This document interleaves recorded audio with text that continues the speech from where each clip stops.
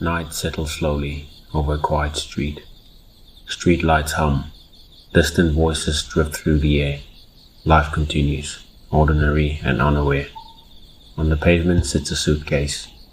Nothing remarkable, nothing urgent, just another forgotten object in a busy world. People pass it by without looking twice. But inside that suitcase is a truth too terrible to imagine. Not an object, not rubbish, not something discarded. A life, a young woman, a daughter, a student on the edge of her future. And the person responsible was someone who once said he loved her. This is the story of Nosicelo Mtebeni and the crime that shook the nation to its core.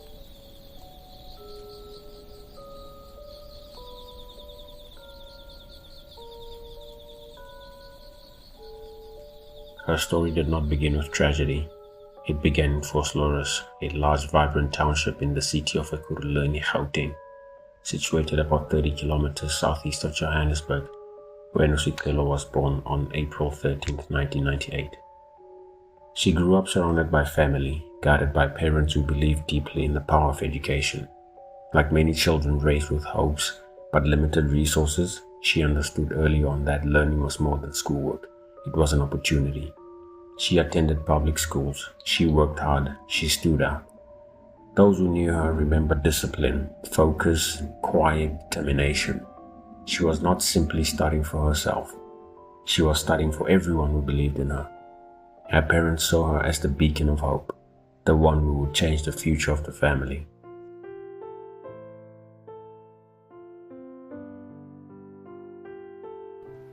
In 2017, she crossed the Kai River, a symbolic journey many Eastern Cape families speak about, leaving home to pursue something bigger. She enrolled at the University of Fort Hare to study law. For generations, Fort Hare has shaped leaders, thinkers and changemakers. Nosicelo dreamed of becoming one of them. By 2021, she was finally a final year LLB student, just months away from graduation. Just months away from stepping into the profession she had worked very hard towards for years. Her future was not distant. It was already within reach. She lived in East London, in the quiet coastal suburb of Queenie. She shared a small room with her boyfriend, Aluta Pasile. To outsiders, they were simply another young couple, navigating adulthood, sharing space, building life together. But relationships can carry storms no one else sees. Behind closed doors, jealousy had taken root, possessiveness had begun to grow, and suspicion would soon turn fatal. One day Pasile looked through her phone. He found messages saying, "I love you, I miss you." To him it was proof of betrayal. To him it meant she was unfaithful. In rage, accusation turned into violence. But later, a disturbing truth emerged. Those messages were not from another man. They were old messages he himself had sent her years earlier. He killed her over words he had written with his own hands. Violence alone did not end the horror. After killing her, he did not call for help. He did not surrender. He did not panic and flee. He went shopping. He bought a hacksaw, bleach and latex gloves.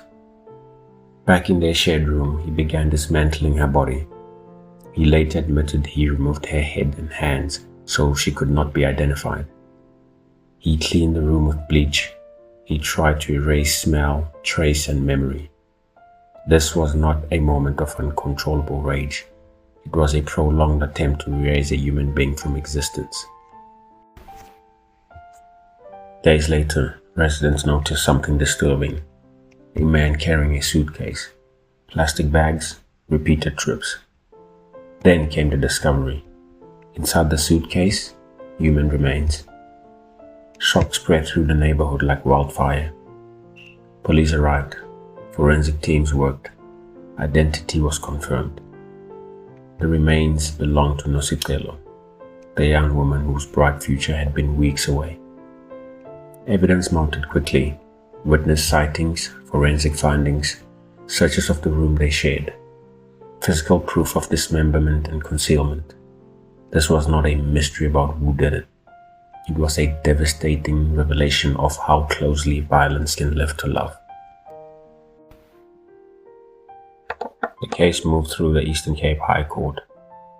Basile pleaded guilty to murder, defeating the ends of justice. He was sentenced to 25 years imprisonment. Legally, the case was resolved, but emotionally, never. Many believed the sentence could never equal the brutality of what was done. In September 2021, Nosicelo returned home, not with a law degree, not with dreams fulfilled, but in a coffin. She was buried in Kawe village near Matatiele. Her funeral drew national attention. Students, leaders, community members, all mourning a future that had been violently stolen. Her father spoke of the light extinguished just as it began to shine brightest. Across South Africa, her death reignited painful conversations. How many warnings are missed? How often does jealousy become deadly? How many futures are erased before they begin? Her name became part of a national reckoning with femicide. Before headlines, before courtrooms, before outrage, Nosicelo Mtebeni was a daughter, a sister, a student, a young woman who believed education could transform her family's future.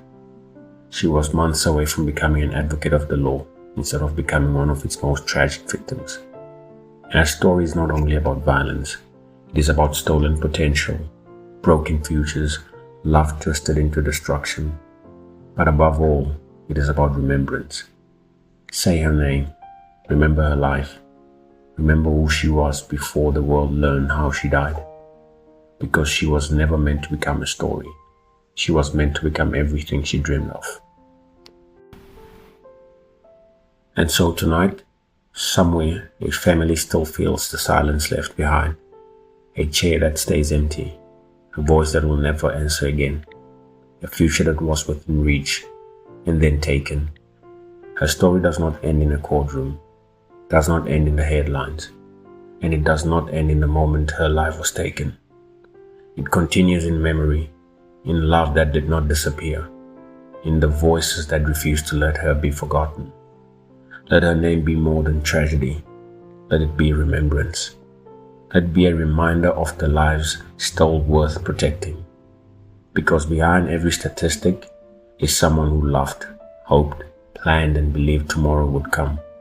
For Nosicelo, tomorrow never did.